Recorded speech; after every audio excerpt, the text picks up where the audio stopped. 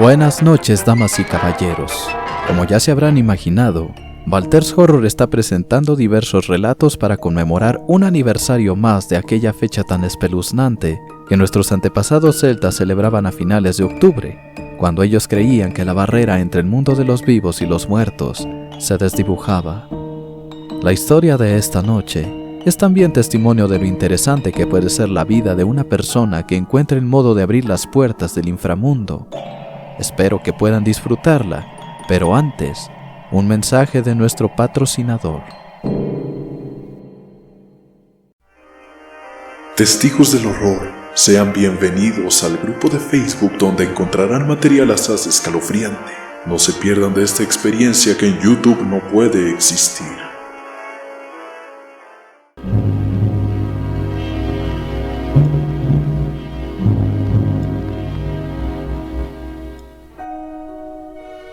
Durante la época colonial en México, un hombre llamado Adalberto del Río y Ramones caminaba por las calles de la Ciudad de México durante una templada noche de otoño.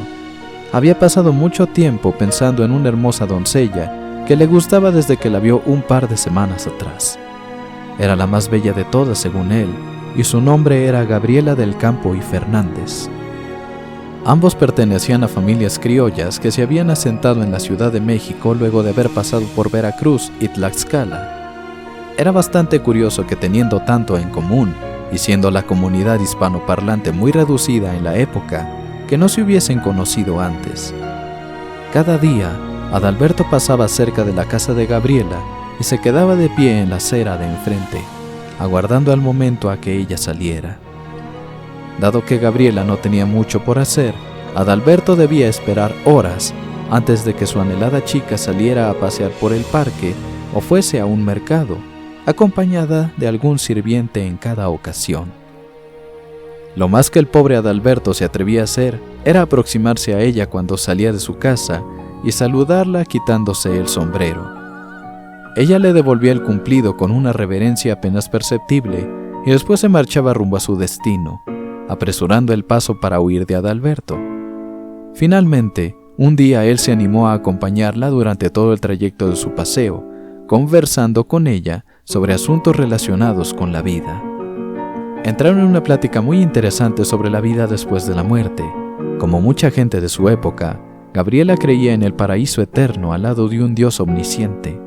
Por su parte, Adalberto consideraba que tal vez en la transición a ese paraíso había que atravesar una o más existencias terrenales, puesto que consideraba que Dios daba más de una oportunidad de vivir a sus hijos para demostrar que eran dignos de ingresar al reino de los cielos. A partir de esa charla, se hicieron más cercanos y Adalberto la visitaba frecuentemente. Se casaron tras un par de años y él hizo fortuna importando especias, por lo cual le dio una vida bastante holgada a su esposa. Todo iba saliendo bien hasta que un día Gabriela dio un traspié y cayó sobre el empedrado, siendo su cabeza aplastada por la rueda trasera de un coche. Adalberto no pudo reponerse de aquella pérdida terrible. Dejó de prestar atención a sus negocios. Sus empleados le robaban y sus socios omitían pagarle su parte cuando no la reclamaba. Era una decadencia inminente la suya. Se refugió en la bebida y la vagancia. En cuestión de meses se volvió un indeseable. La gente lo evadía en las calles y por las noches se escuchaban sus lamentos, que eran confundidos por fantasmas diabólicos entre la gente que no estaba al tanto de la desafortunada situación de Adalberto. Cerca de las 3 de la mañana de un 31 de octubre, Adalberto se tambaleaba por un oscuro callejón. Estaba a punto de caer al suelo cuando un hombre muy viejo lo tomó por el cuello violentamente y lo azotó contra la pared. Adalberto no comprendía lo ocurrido cuando aquel extraño dejó en sus manos un libro muy grueso. Así como apareció, se marchó en medio de la noche, sin decir palabra alguna. Adalberto volvió a su casa con aquel libro, dejándolo tirado cerca de la puerta de su alcoba.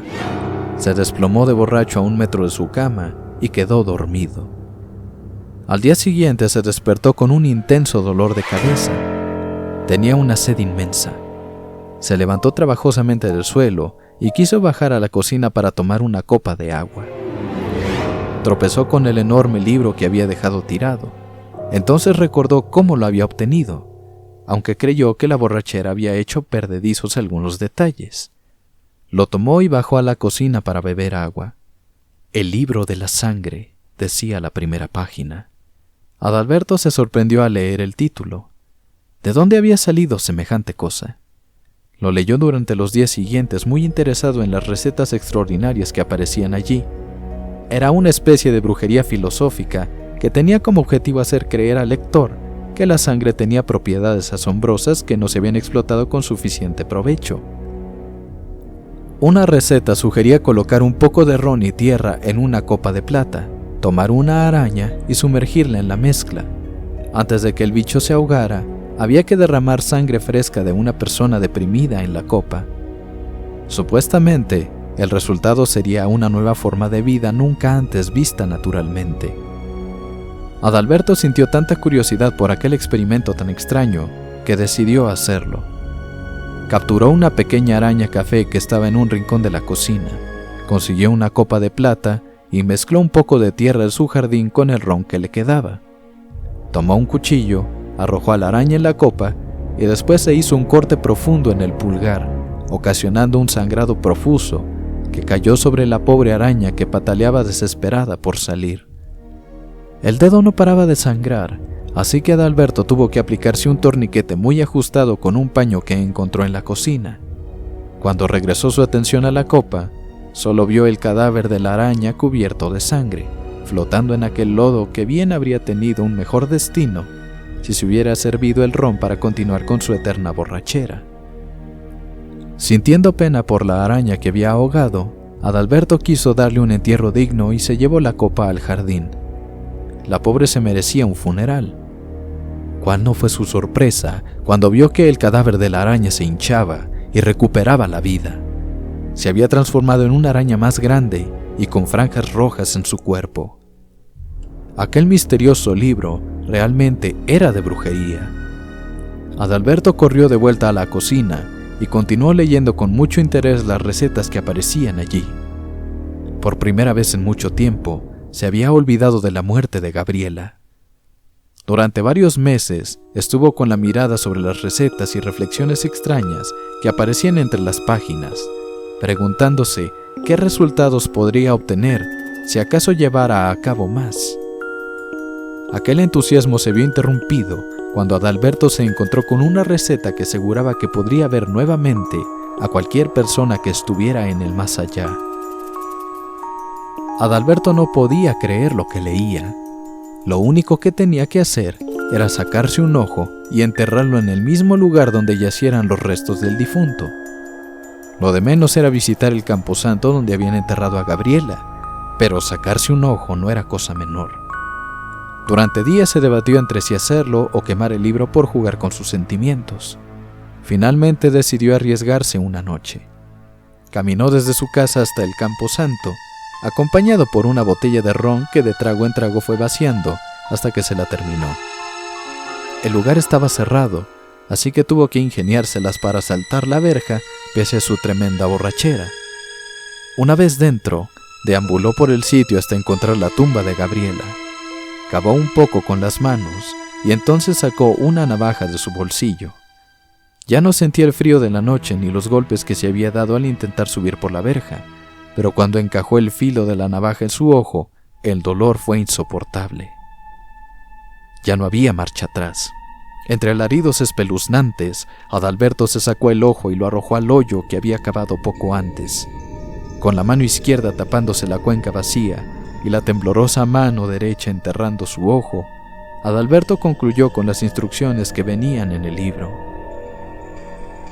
Regresó a su casa donde limpió la tierra y la sangre que lo ensuciaba. Se amarró un paño en el ojo y bebió más ron para dejar de sentir el horrible dolor que sentía. A la mañana siguiente, Adalberto despertó con un dolor de cabeza terrible y calambres en las piernas. Cuando pudo recuperarse, fue al baño para refrescar su rostro y al mirarse en el espejo, descubrió que la cuenca de su ojo izquierdo estaba completamente cauterizada. No sentía dolor alguno. Tapó su ojo derecho con la mano y entonces vio un mundo sombrío y cubierto de neblina. Al destaparse el ojo, volvió a verse en el espejo con gesto de completo espanto. ¿Cómo podía ser esto? Era asombroso. Adalberto corrió en busca del libro y leyó detenidamente las instrucciones de nuevo. Lo que había hecho era llevar su ojo hasta el inframundo, pero no había modo de llegar hasta Gabriela si el ojo no podía desplazarse. El libro aseguraba que cualquier extremidad que sirviera para moverse bastaría para ayudar al ojo a llegar a su objetivo. Así pues, Adalberto fue aquella misma noche hasta el Campo Santo, bebiendo una botella de ron, y esta vez acompañado de una pala. Al llegar ante la tumba de Gabriela, cavó un hoyo y levantó sobre este su mano izquierda. Sacó la navaja y comenzó a cortar su mano. La sangre escurría a chorros y el miembro se negaba a separarse del antebrazo. Finalmente, la mano cayó en el hoyo. Adalberto se aplicó un torniquete fuertemente en el antebrazo y con la pala terminó el trabajo. Saltar la verja fue bastante más difícil sin su mano izquierda. Le tomó horas poder hacerlo. Cuando volvió a casa, bebió ron hasta desmayarse y quedó tendido al pie de su cama. A la mañana siguiente, despertó con calambres en las piernas nuevamente. Al intentar masajearse, descubrió que la herida de su antebrazo izquierdo estaba completamente cicatrizada. Era un milagro. Adalberto tapó su ojo y entonces pudo ver aquel inframundo tenebroso nuevamente, con la gran diferencia de que ahora su ojo estaba adherido a la mano. Con los dedos podía desplazarse por el lugar. Había mucha gente allí, decapitados, ahorcados, ancianos, niños enfermos, todo tipo de gente que recién había muerto. Gabriela no estaba cerca, pero sabía que solo era cuestión de tiempo para que la encontrara. Después de todo, su muerte no era reciente. Pudo recorrer el sitio hasta que se topó con una puerta corrediza. Sus dedos no eran lo suficientemente fuertes para moverla. Adalberto entendió que aquel lugar era demasiado complejo para que solo su mano pudiera explorarlo. Aquella noche volvió a ir en condiciones semejantes, borracho, con una pala en el hombro y una navaja en el bolsillo. Llegó ante la tumba de Gabriela y comenzó a cavar con ahínco.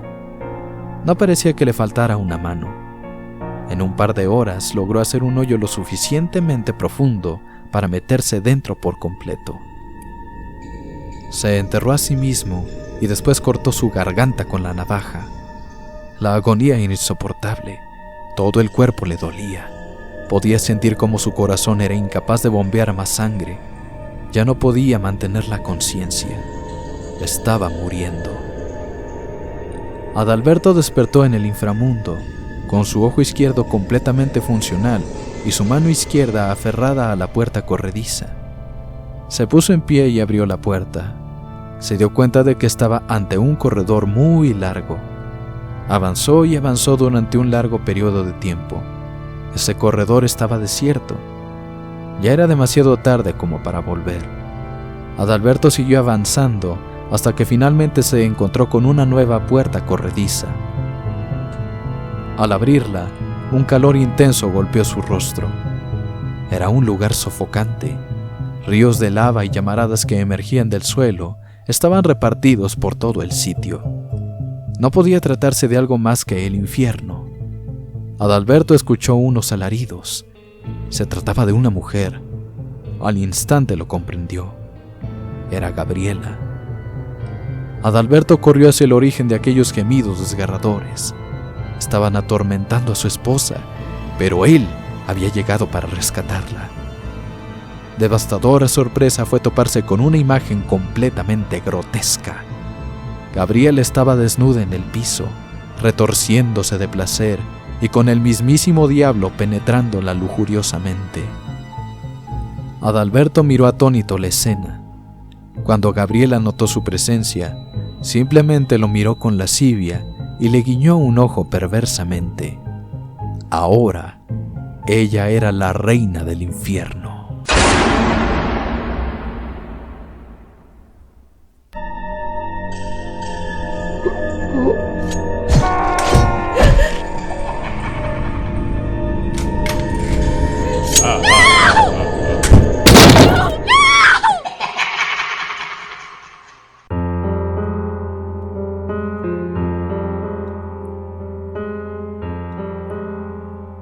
Propio de los humanos. Escrito por Sebastián Derain. La maldad es algo propio de la humanidad. Somos nosotros quienes planteamos fines diferentes para los objetos que tenemos a nuestra disposición. Por ejemplo, cuando nosotros vemos a un carpintero martillando un clavo, pensamos únicamente en que tenga la puntería suficiente para atinar a la cabeza y no doblarlo. ¿No sería eso lo que vería un psicópata, que al instante se daría cuenta de que puede utilizar ese martillo para pegarle a lo que sea? Y sí, le daría a la cabeza, pero de una persona, arrebatándole la vida al despedazarle el cráneo. Imaginar más de una solución para un asunto es algo que se conoce como pensamiento divergente, y lo mismo funciona para construir como para destruir. Sabemos bien que el ingenio puede favorecer la creatividad, pero la mayoría de los profesionistas dedicados al estudio de la mente se niegan a aceptar que la creatividad también funciona hacia lo más oscuro de nosotros. Sobran ejemplos de censura en películas, series o videos musicales, porque a algún cerrado de mente se le ocurrió que se hace apología de algún delito, como si el arte fuese culpable de la frustración o de los trastornos de la gente. Criminalizan las obras que retratan situaciones que parten de una realidad que las precede. No necesitamos haber visto una serie sobre boxeadores para pegarle a alguien un puñetazo si nos hace enojar. Y hemos visto que cuando las ganas de matar existen, se utiliza lo primero que esté a la mano para lograr el fin. Un cuchillo, una piedra, una botella vacía de whisky. Es lo de menos. Esta es una experiencia propia que seguro ayudará a dar claridad a esto. Hace tiempo salí de viaje a un lugar cercano a la playa y tuve un conflicto con los sujetos de un restaurante, que deliberadamente me robaron algo sin motivo. No entraré en detalles, pero la ira que me invadió ese día me hizo fraguar un plan para acabar con ellos y su estúpido restaurante. Básicamente, es un lugar sostenido por pilares encima de la playa. Si se destruyen esos pilares, el restaurante queda arruinado y costaría muchísimo dinero repararlo. Decidí esperar 10 años para poner en marcha mi plan. Viajaba regularmente a ese lugar solo para asegurarme de que quienes me habían ofendido siguieran trabajando allí. Y allí seguían. Cada vez que iba me compraba una botella de agua de 2 litros en el autoservicio de enfrente. La bebía completa y luego iba a la gasolinera más cercana para llenarla. Después la ocultaba en un pequeño hueco bajo ese mismo restaurante cuando nadie pasaba cerca. 2 enormes piedras servían para ocultar aquel tesoro flamable. A pesar de huracanes y mareas altas, esas botellas permanecían seguras. Finalmente, tras una década de espera, tenía alrededor de 30 botellas de gasolina almacenadas allí. Inevitablemente algunas se las llevó el mar, pero era un gran botín. Llegó el gran día. Viajando en autobús no hay gran seguridad, así que llevé un par de pistolas metidas entre mis calcetines que compré en un mercado donde vendían artículos robados. Nadie las detectó. Incluso hubo un par de retenes durante el viaje, pero mientras uno permanezca tranquilo, los policías no hacen nada y no hacen preguntas. Solo pasean por el pasillo del autobús para ver quién es tan estúpido como para delatarse solo. Aguardé a la noche para realizar mi gran plan. Mientras la gente comía arriba, yo acomodé las botellas alrededor de los pilares del restaurante. Aguardé pacientemente a que el último de los clientes saliera y entonces derramé 2 botellas de gasolina para que al encender el fuego llegara a cada botella colocada al pie de cada pilar. Fue un espectáculo maravilloso. El fuego creció de modo asombroso bajo el piso del restaurante. Era como la hornilla de una estufa calentando una tetera. Contemplé unos segundos aquel cuadro y luego caminé a la entrada del restaurante, aguardando la salida de aquellos bastardos que me la debían. Al advertir que había fuego, comenzaron a salir del lugar. Yo los esperaba con mis pistolas cargadas. Les disparé conforme salían. Primero una rodilla para que cayeran al suelo, después una en el cuello para que sufrieran. Entonces solo caminé hacia mi hotel. Pedí la llave en el lobby y subí las escaleras con tranquilidad. Escuché las patrullas y vi a mucha gente salir a las calles desde mi ventana. Me di una ducha rápida, me cambié de ropa y después entregué la llave de mi habitación y me fui caminando hacia la terminal de autobuses. ¿Tiene esta anécdota algo que ver con el arte y la censura? No, solo quería contarles algo que me hizo feliz. Y si les da ideas, no será mi culpa si imitan lo que yo he relatado. Que yo les dé ideas no significa que les dé un motivo. Solo me queda decirles que si van a hacer algo así de elaborado, disfrútenlo con toda su alma. Es un momento exquisito cuando todo resulta como lo esperaron.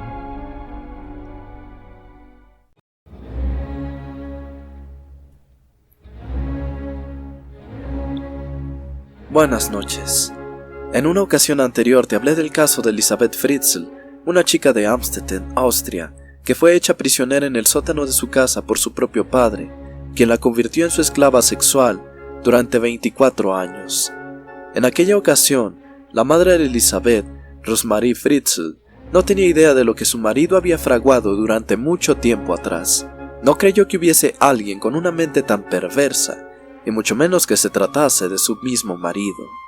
Lo curioso que tiene este caso es que tiene una semejanza con el que voy a presentarte hoy, y es la similitud en los nombres de las mujeres que acompañaron en un matrimonio a dos monstruos que serán recordados en tanto la humanidad tenga la capacidad y los recursos para preservar su historia. Rosemarie Pauline Letts nació el 29 de noviembre de 1953 en Devon, Inglaterra. Su madre sufría de una enorme depresión y su padre padecía esquizofrenia paranoide. El hombre era completamente inestable y económicamente disfuncional. Siempre creía que los demás fraguaban algún plan en su contra y se mantenía escudriñando en las cosas de otros, puesto que pensaba que su esposa o sus hijas e hijos le robaban alguna de sus pertenencias. Llegaba enarbolando el cinturón en todo lo alto y golpeaba a todos los niños que se atravesaran en su camino hasta que la madre se interponía y recibía la paliza por ellos. Sin embargo, Rosemarie siempre fue silenciosa y sumisa desde que nació. Eso le valía convertirse en la hija favorita. Esto sería determinante para el modo en que ella concebiría el mundo para siempre, pues pudo conversar con su padre y darse cuenta de que él no era el temible ogro que todos creían. Rosemarie pensaba que sus hermanas y hermanos merecían los castigos por su mal comportamiento. Es posible que su padre le demostrara afecto de un modo demasiado personal, acariciándola lo suficiente para no abusar de ella, pero estimulándola en el punto exacto para denotar una sexualidad precoz. Rosemarie solía pasearse por la casa tan solo con una toalla cubriendo su cuerpo después de darse una ducha. Sentía tanta curiosidad por las sensaciones que se despertaban en su cuerpo cuando estaba con su padre, que practicaba sexo oral a su hermano menor en secreto y durante las noches. A los 15 años, sus compañeros de escuela solían burlarse de ella por su sobrepeso, así que creyó que todos los chicos de su edad eran unos cretinos y buscó la aprobación de hombres mayores, creyendo que serían más comprensivos con ella. A los 16 años, mientras aguardaba en una parada de autobús, miró a un hombre de 28 años con rasgos faciales muy duros que se acercaba a ella para invitarle un pan y llevarla a donde quisiera para que no estuviese sola en aquel lugar tan sombrío. Ese día marcaría una gran historia para Inglaterra, una bastante oscura.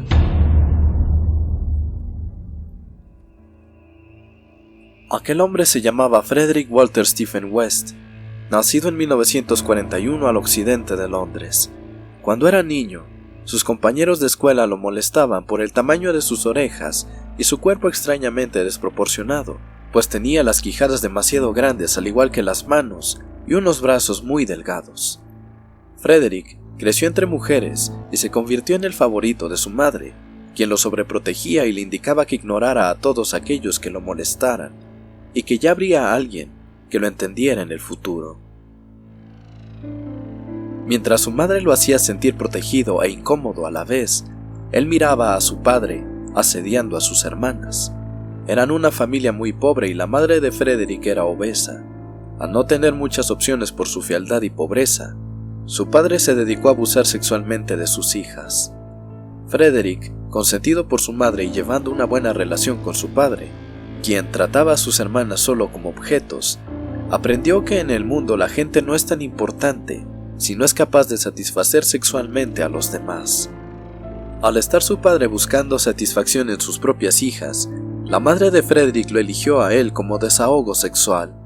Frederick envidiaba a su padre por tener sexo con sus propias hijas, razón por la cual lo veía con admiración. Su obsesión con el sexo lo hacía incapaz de concentrarse en actividades que requirieran pensar, motivo por el cual decidió abandonar la escuela a los 15 años y convertirse en trabajador de una granja. A los 17 años tuvo un accidente en una motocicleta. Fue tan terrible que quedó en coma y le instalaron una placa de metal en la cabeza. Al restablecerse, le dijeron que su motocicleta había desaparecido. Probablemente se la habían robado. Aquello le infundió una gran rabia hacia el mundo, pues le había costado mucho esfuerzo comprársela. Había intentado tener una vida simple, hacer algo bueno con lo poco que tenía. Ahora había gastado sus ahorros para nada. Después de eso, cuando tenía 20 años, se le acusó de embarazar a la hija de un amigo de sus padres. La chica solo tenía 13 años de edad. Esto originó que lo echaran de casa y se viera obligado a arreglárselas por su cuenta. Intentó ser un albañil, pero fue descubierto robando herramientas. Lo despidieron. Sin dinero ni otras oportunidades de tener una vida agradable, se involucró con una prostituta escocesa llamada Rena Costello, que estaba embarazada. Decidió casarse con ella en 1963 y llamaron a la hija Charmaine. En 1964, Rena tuvo una hija de Frederick, y por ese tiempo conocieron a una mujer llamada Anne McFall. Se mudaron con ella a Gloucester, donde él encontró un empleo en un matadero. Fue allí donde aprendió técnicas de desmembramiento que más tarde le serían muy útiles. Rena y Frederick discutían todo el tiempo, por lo cual ella decidió abandonarlo y regresar a Escocia. Él se quedó con ambos hijos en casa de Anne, quien se embarazó de Frederick y le pidió que se divorciara de Rena y se casara con ella. Harto por tenerla fastidiando con eso todo el tiempo, Frederick decidió estrangularla mientras continuaba embarazada y la enterró en un parque, mutilando los dedos de sus pies y manos, algo que sería su sello característico en los demás asesinatos. El 29 de noviembre de 1968 fue que las miradas de Rosemary y Frederick se cruzaron por primera vez. Bill Letts, el padre de ella, se opuso enérgicamente a la relación y, dado que su hija solo tenía 16 años, amenazó con llamar a la policía. No obstante, la relación continuó. La situación tan precaria en que vivía Frederick lo llevó a robar, pero fue aprehendido y encerrado. Justo en ese momento, Rosemary descubrió que estaba embarazada y salió de la casa de su padre para vivir en el remolque donde vivía Frederick con sus hijas, y se dedicó a cuidarlas mientras cumplía su condena.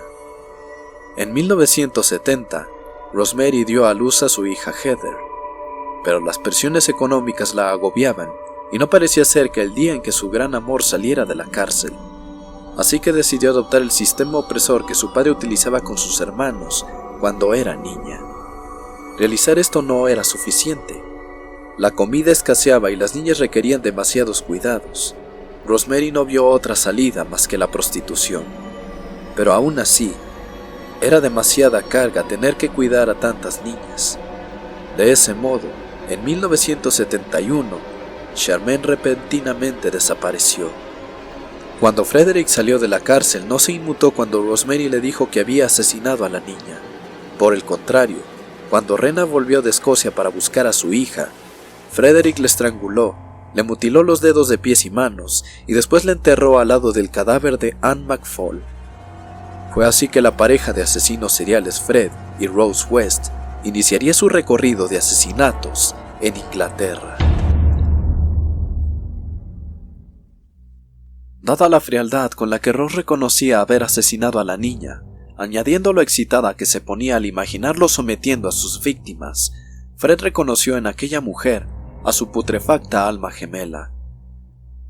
Poder hablar abiertamente entre ellos de los asesinatos que habían cometido favoreció enormemente su actividad sexual, llevándolos a explorar un universo inédito de maldad que despertó su hambre de sadismo. En enero de 1972, Fred y Rose se casaron y se mudaron de su viejo remolque a una casa en el número 25 de Cromwell Street. Rose se prostituía para obtener dinero, dándole tiempo libre a Fred para adecuar el sótano de la casa en una mazmorra de tortura sexual y sangrienta. La primera víctima en padecer los tormentos del interior de ese lugar fue Anna Marie, la hija que Fred tuvo con Rena. Mientras Rose le sujetaba los brazos, Fred la violaba sin piedad. La niña de 8 años fue amenazada con recibir horrendas golpizas si se le ocurría contarle a alguien sobre lo que había sucedido en el sótano. En tanto la pequeña no se atrevió a contarle a nadie las violaciones, estas se volvieron una constante. No fue sino hasta que tuvo la edad suficiente para escapar con su novio que consiguió liberarse de aquella abominación. Los West decidieron contratar a una joven de 17 años llamada Caroline Owens como niñera. La chica no sospechaba el tormento que aguardaba por ella en el interior de aquella casa. Un día fue maniatada, desnudada y violada. Fred la amenazó con golpearla si le contaba a alguien, pero Caroline los reportó ante la policía de todos modos, aunque fue incapaz de testificar contra ellos en un juicio, motivo por el cual un juez les concedió su libertad bajo fianza. Fred se dedicó a modificar el sótano y también el resto de la casa, con el fin de perfeccionar su lugar de violaciones y muerte. De igual forma, su evolución en los procesos de tortura proliferó bastante. A una chica de 15 años llamada Carol Cooper, la raptaron él y Rose mientras caminaba por la calle. Rose se dedicó a golpearla sin piedad y le introdujo el puño en los genitales. Otra víctima fue Lucy Partington, una estudiante universitaria que un 27 de diciembre aguardaba por un autobús para volver a casa, pero Rose y Fred la encontraron y le ofrecieron llevarla. Nunca volvió a su hogar. Fue sodomizada y descuartizada en el sótano de los West. Una niña de 15 años llamada Shirley Hubbard fue envuelta con cinta adhesiva, pudiendo respirar únicamente a través de un delgado tubo de plástico que le introdujeron por la nariz. Se dedicaron a golpearla y la dejaron así por varios días. Juanita Mott, de 18 años, fue amordazada con calcetines y después enredaron su cuerpo con cables, de tal modo que no podía moverse. Después la colgaron del techo y la utilizaron como piñata, regocijándose con su sufrimiento. La dejaron colgada allí hasta que llegó el momento de asesinarla. Para Fred y Rose, no existían otros seres humanos en el mundo excepto ellos. Una de sus hijas decidió contarle a su mejor amigo el abuso del que era víctima desde prácticamente su nacimiento. Como represalia, Fred la golpeó en el sótano y después la violó y asesinó. El terror generado por ellos terminaría hasta que una chica relatara a un amigo que al asistir a una fiesta en casa de los West, fue drogada y violada por ellos en 1992. Este amigo acudió a la policía y el detective Hazel Savage fue asignado al caso. Al acudir en busca de pornografía infantil, se registró el interior del número 25 de la calle Cromwell y se encontró el material y evidencia suficiente para arrestar a Fred por los crímenes y a Rose por su complicidad en los actos. En total, fueron 13 las víctimas de asesinato, todas golpeadas, violadas, estranguladas, desmembradas y enterradas en el lugar más próximo al de su tortura. Fue hasta 1994 que las investigaciones llevaron a obtener una orden de cateo para aquella casa, donde finalmente se encontraron los cuerpos de 9 de sus víctimas. Fred se declaró culpable de todo y se suicidó en su celda ahorcándose con una cuerda hecha de sábanas. Rose negó saber al respecto de esos asesinatos, pero durante el juicio se reveló su complicidad en los hechos y fue declarada culpable. Actualmente sigue en la cárcel. Es posible notar que tanto Fred como Rose creyeron que sus padres hacían lo correcto al golpear y violar a sus propios hijos. y al buscar imitarlos para poder ser felices, perpetraron algo tan horrible que es recordado hasta nuestros días por la crueldad que exhibieron. No cabe duda que los sótanos poseen historias realmente escalofriantes. ¿Qué harías tú si tuvieras un sótano únicamente para ti?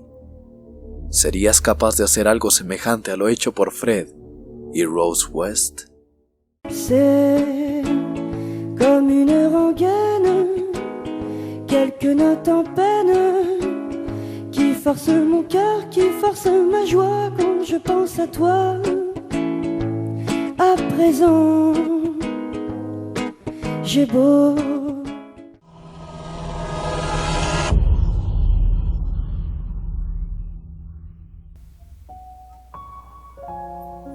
Recientemente en Walter's Horror se realizó un video sobre la belleza y cómo Aristóteles decía que era buena por naturaleza, o algo así. Y también recuerdo haber dicho algo sobre Platón y la catarsis, ese modo de sublimarse tan propio del alma que muchas veces nos hace creer que forzosamente somos seres que van más allá de un accidente. Y bueno, para mí la vida no es más que el resultado de una serie de eventos accidentales a partir de complementos milagrosos. Cada ser vivo se acopla con lo que puede. Pero entonces, un día escucho una canción de Pauline Cross, Te Beau. Su traducción es Eres bello, pero por supuesto que cuando la escucho, viene a mi mente la imagen de una bella mujer, tan dedicada, sensual y agradable, que simplemente carece de sentido cualquier intento para describirla. La letra es más o menos la siguiente: eres bella porque eres gallarda, para enfrentar, mirando a lo hondo de los ojos a quien te desafía de ser feliz.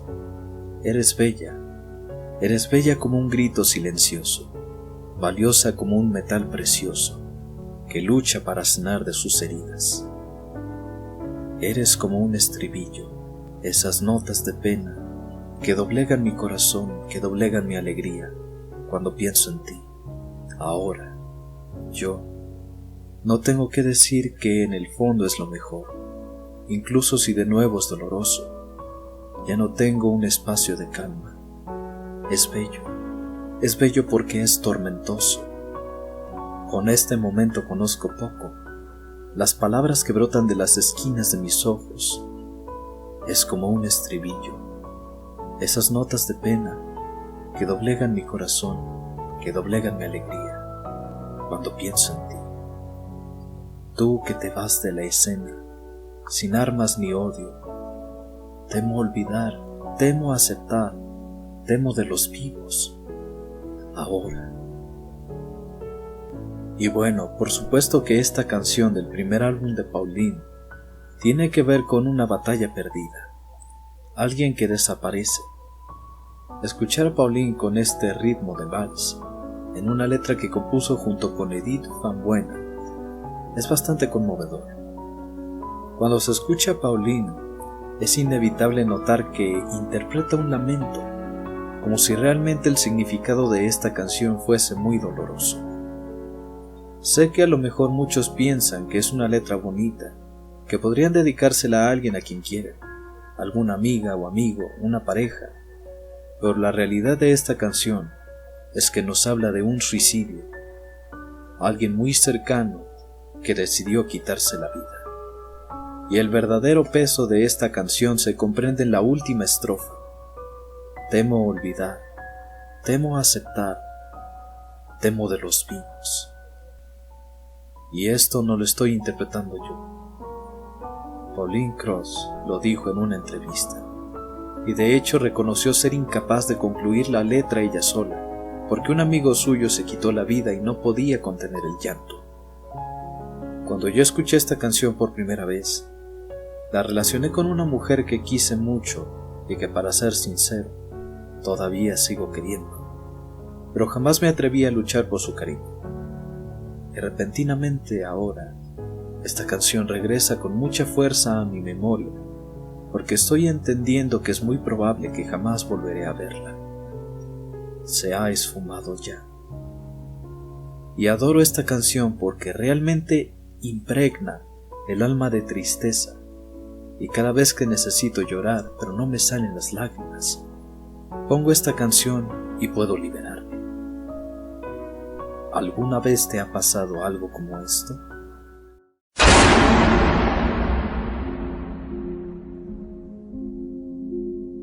Entre la oscuridad de aquella noche, Tania caminaba tranquilamente de vuelta a casa. La zona donde ella vivía no era precisamente segura, y a decir verdad, la estética del sitio tenía ciertos detalles que a muchos les parecerían incómodos. Algunos faros del alumbrado público no funcionaban, en algunas partes la acera estaba rota. Las calles eran irregulares, y eso a veces provocaba grandes encharcamientos, incluso cuando los vecinos se habían esforzado mucho en mantener las calles y sobre todo las rejas del alcantarillado limpias. En realidad, aquel vecindario de peligroso tan solo tenía la pinta, porque la mayoría de quienes vivían allí eran buenas personas. Por supuesto, no faltaban los fumadores de marihuana en los alrededores del parque, y cerca de la estación del metro era fácil aspirar el aroma de la orina de los borrachos nocturnos que veían debajo de la escalinata un baño perfecto. Todo eso era provocado por gente poco peligrosa, con mala educación, aunque sin malas intenciones. Y Tania caminaba por esas calles directo hacia su casa, acompañada por un perro labrador que siempre deambulaba por los alrededores. Ella no podía tenerlo en su casa, pero a veces le dejaba algo de comer afuera del portón. Aquel día ninguno de sus padres había podido ir a esperarla a la salida del metro. Daba igual. Por una ocasión no iba a pasarle nada. Ya tenía 22 años, o al menos eso creía ella. Confiaba en que aquel perro labrador ahuyentaría a cualquier maleante que se le aproximara. Ya en otras ocasiones lo había hecho, cuando un hombre bastante ebrio intentó hablar con ella para pedirle su teléfono, y ella comprendía que tal vez ese borracho estaba deprimido y no tenía la suficiente seguridad para hablar con una mujer estando sobrio, pero también era consciente de que la gente que no está en su juicio por la embriaguez puede llegar a hacer cosas muy terribles. Pero el perro labrador la defendió, le ladró al hombre y como él se negaba a irse, le mordió la manga del suéter y lo derribó. Desde entonces Tania confiaba en que si algo semejante le ocurría en otra ocasión, ese perro la ayudaría nuevamente. Le tenía mucho cariño a ese animal, pero la situación económica en su casa no estaba precisamente para andar rescatando de la calle a cuanto ser vivo se encontrara en desgracia. Nada sospechaba Tania de lo que realmente aguardaba por ella en su futuro. Faltaban 2 calles para que llegara a su casa, cuando escuchó que alguien caminaba detrás de ella. Al principio lo ignoró. Aunque fuesen las 10:30 de la noche, nada de extraño tenía que alguien estuviese afuera. No obstante, el caminar de aquella persona se hizo notar por lo extraño que era.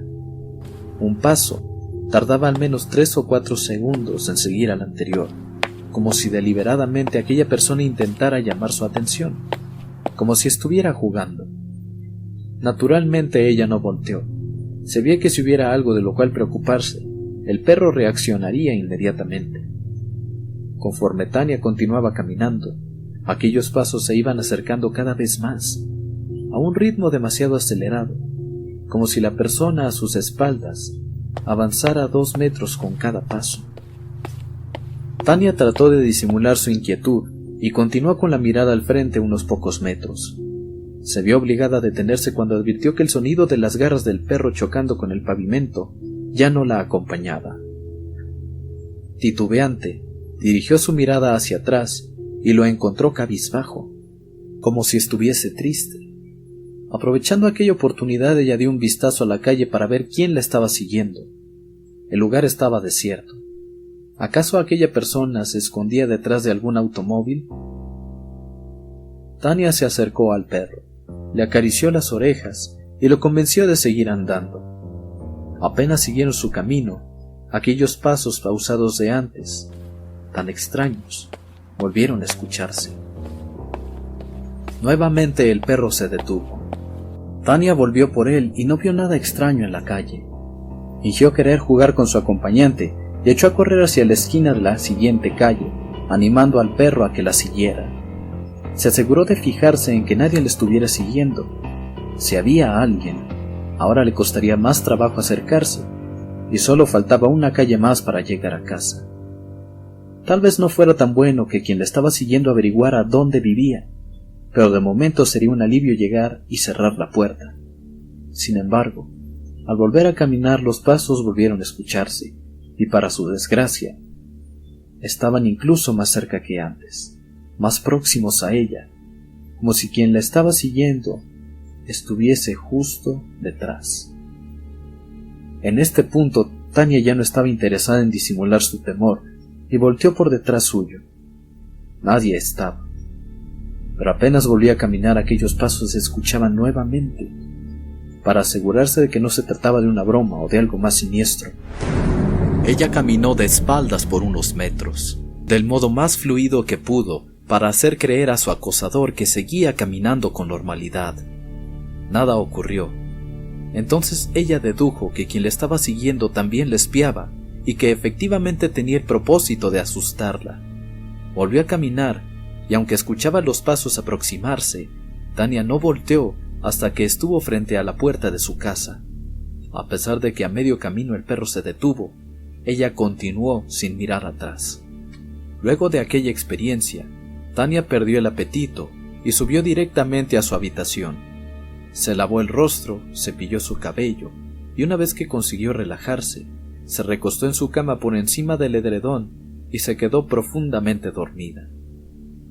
Tras algunas horas, Tania despertó completamente alterada, como aquella sensación que se tiene cuando se está durmiendo y repentinamente se cree que se está a punto de caer al vacío. Solo que no se trataba de un piso que desaparece debajo de los pies.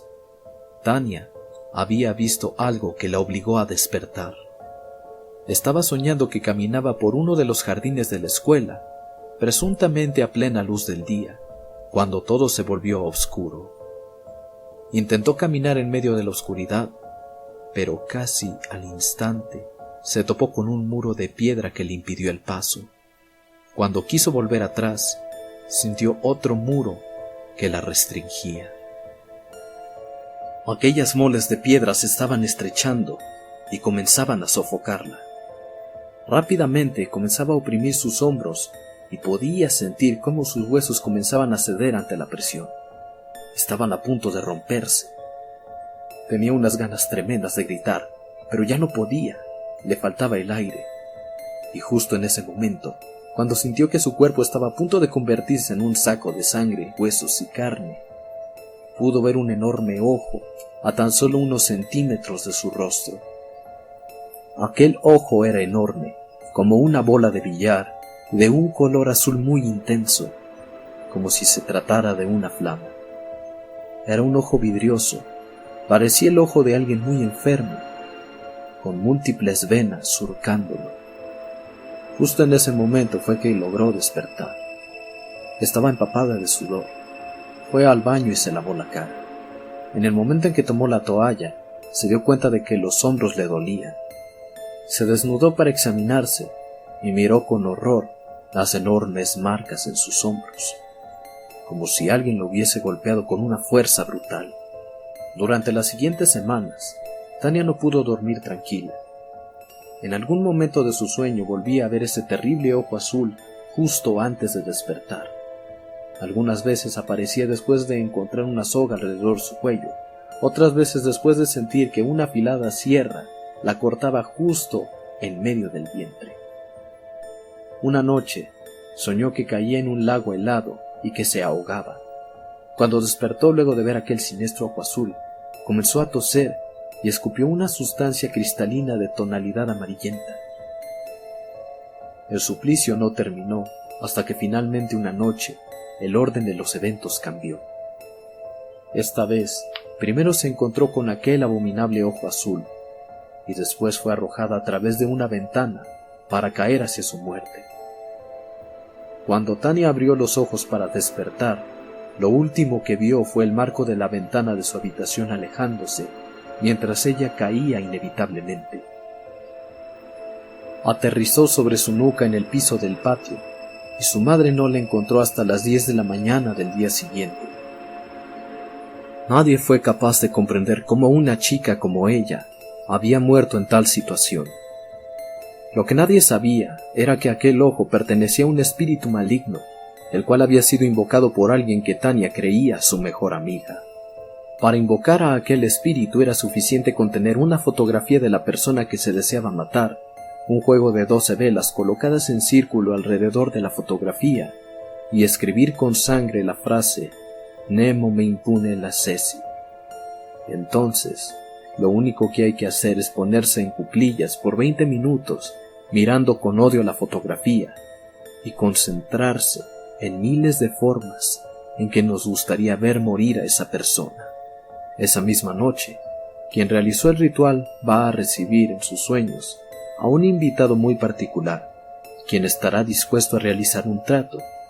A cambio de torturar a la persona que se odia hasta llevarla a su propia muerte, ese espíritu va a pedir una sola cosa a cambio. La persona que realice el ritual jamás podrá ser amada por nadie. Toda cantidad de circunstancias van a concatenarse para que aquellas personas que quiera se alejen de inmediato. La persona que realice ese ritual debe renunciar a cualquier tipo de vínculo afectivo con otras personas. Su familia la va a despreciar, sus amigos la van a abandonar. Cualquier tipo de noviazgo será imposible, aún en contra de la voluntad de la otra persona, pero habrá un alejamiento. La mejor amiga de Tania se puso furiosa con ella cuando se dio cuenta de que el chico que le gustaba quería estar con ella, y ambos se correspondían. Ahora estaría condenada a jamás volver a tener contacto humano, y su mejor amiga, quien se habría alejado de aquel chico por el bien de su amistad, ahora estaba muerta. Estaría condenada a vivir en un eterno vacío de soledad e insatisfacción. Tú tendrías la disposición de pagar ese precio.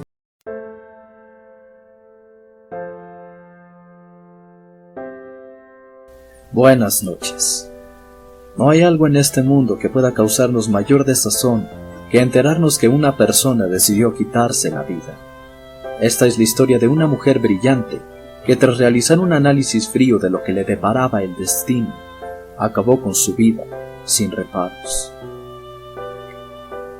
Adeline Virginia Stephen nació el 25 de enero de 1882. Su madre, Julia, y su padre, Leslie, se encargaron de su educación. Él era editor fundador del Diccionario de la Biografía Nacional, un reconocido historiador y crítico. De él, Virginia heredó su amor por las letras y pulió su mente para tener un ingenio muy filoso y altamente reflexivo. A pesar de ser una persona muy inteligente, los estudios superiores le fueron negados por el simple hecho de ser mujer. De cualquier modo, eso no le impidió ser una escritora prolífica. Sus obras más representativas y que son indispensables para cualquiera que busque entender su pensamiento son 3 guineas y Una habitación propia, las cuales te recomiendo muchísimo. Sin embargo, en su vida no todo fueron libros y cariño parental. Una de sus hermanas mayores fue declarada discapacitada mental y la separaron de la familia en 1891, cuando fue institucionalizada. En 1895, su madre falleció repentinamente de una enfermedad que la familia no vio venir: influenza. 2 años más tarde, su media hermana, Stella, también falleció, aunque de peritonitis. Aquellas pérdidas le produjeron colapsos nerviosos que la dejaron emocionalmente vulnerable. Apenas tenía 15 años. Virginia continuó con sus estudios en latín, griego, alemán e historia, pues a pesar de todo tenía el apoyo de su padre. Aunque Cambridge no la aceptó debido a su sexo, eso no la desalentó de continuar leyendo sobre los grandes clásicos, pero no estaba preparada para lo que ocurriría poco después. Desde 1902, Leslie Stephen había sido diagnosticado con cáncer. En los siguientes 2 años, Virginia no pudo hacer más que ver cómo su padre se deterioraba a cada momento y cómo su cuerpo iba haciéndose cada vez más frágil. Ella sabía que su padre había sido un alpinista durante gran parte de su juventud y madurez, lo cual implica necesariamente una condición física envidiable, una fortaleza inmensa. Ella creció viéndolo dar largas caminatas y siempre observando la naturaleza. El resto de sus hermanos se distanció, y aunque había enfermeras y sirvientes atendiéndolo, Virginia pasó mucho tiempo en casa, mirando su decadencia, sus vómitos, sus temblores, sus fiebres. Hasta 1904 se prolongó la agonía del hombre, que finalmente abandonó el mundo en medio de un gran sufrimiento. Esto provocó un colapso nervioso tan terrible en Virginia que la llevó a ser institucionalizada varias veces en un pequeño centro para mujeres con desórdenes nerviosos. No podía creer que sus hermanos fuesen tan indiferentes, y a pesar del carácter tan fuerte que él tenía, era alguien que la había inspirado a ser una mujer autosuficiente e intelectual. Cuando Virginia salió de nuevo al mundo, sus hermanos ya habían vendido la enorme casa y vivían en un sitio más modesto, lo cual la llevó a refugiarse en casa de su amiga Violet Dickinson y posteriormente en casa de su tía Caroline, quien vivía en Cambridge. Después de ello, fue a la nueva casa ubicada en Bloomsbury. Allí Virginia conoció a un grupo de jóvenes intelectuales, conocidos como el Grupo de Bloomsbury, entre los que se encontraba el economista John Maynard Keynes y Leonard Woolf, siendo este último quien se enamoró de ella y con quien se casó en 1912. Tras una ardua y fructífera carrera como escritora, los estragos mentales comenzaron a ahogar a Virginia a principios de 1940, cuando la Segunda Guerra Mundial estaba en pleno. Repentinamente escuchaba voces en su cabeza, voces que asumía eran las de los demás, pero jamás los veía mover la boca, voces que decían cosas horribles de su pasado y de su presente, que la hacían dudar en todo momento de quienes estaban a su alrededor, pero más todavía del contexto general. No sabía qué era verdad o qué era mentira, y por ende se volvió incapaz de escribir, pues su agudeza mental se había marchitado, o todavía peor, se había desvanecido para jamás volver. Leonard intentaba cuidarla lo más que podía, pero sus desvaríos eran cada vez más largos y terribles, por lo cual él tampoco podía trabajar. Finalmente, el 28 de marzo de 1941, Virginia tomó una hoja de papel y una pluma, escribiendo la siguiente nota de suicidio. A mi más querida, estoy segura de que enloqueceré de nuevo. Siento que no podemos pasar por otro de esos momentos terribles y no voy a recuperar este tiempo. Comienzo a oír voces y no me puedo concentrar, así que estoy haciendo lo que me parece mejor. Ha sido en todos los sentidos lo que alguien pudiera hacer. No creo que dos personas pudieran haber sido más felices hasta que llegó esta enfermedad. No puedo luchar por más tiempo. Sé que estoy echando a perder tu vida, que sin mí podrías trabajar. Y lo harás, lo sé. Ya ves que ni siquiera puedo escribir esto correctamente. No puedo leer. Lo que quiero decir es que te debo toda la felicidad de mi vida. Tú has sido totalmente paciente conmigo e increíblemente bueno. Quiero decir que, y eso todo el mundo lo sabe, si alguien me pudiera haber salvado, ese habría sido tú. Todo me ha abandonado, excepto la certeza de tu bondad. No puedo echar a perder tu vida por más tiempo. No creo que dos personas puedan ser más felices de lo que hemos sido. Y dejando la nota en un lugar donde una mucama pudiera encontrarlo, Virginia Woolf se marchó hacia un río con los bolsillos repletos de piedras y caminó desde la orilla hasta el fondo, ahogándose. Su cuerpo fue encontrado 3 semanas después.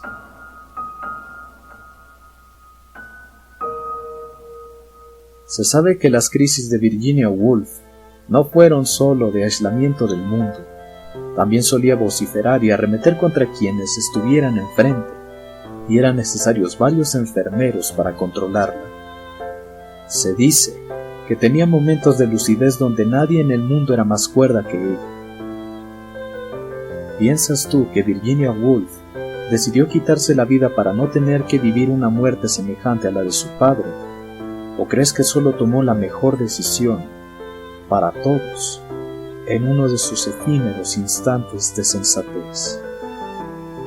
Comparte este video con más personas.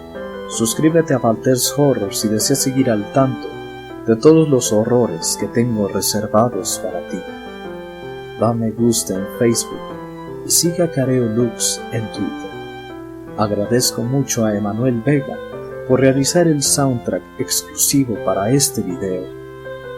No olvides que el horror de Valter apenas comienza.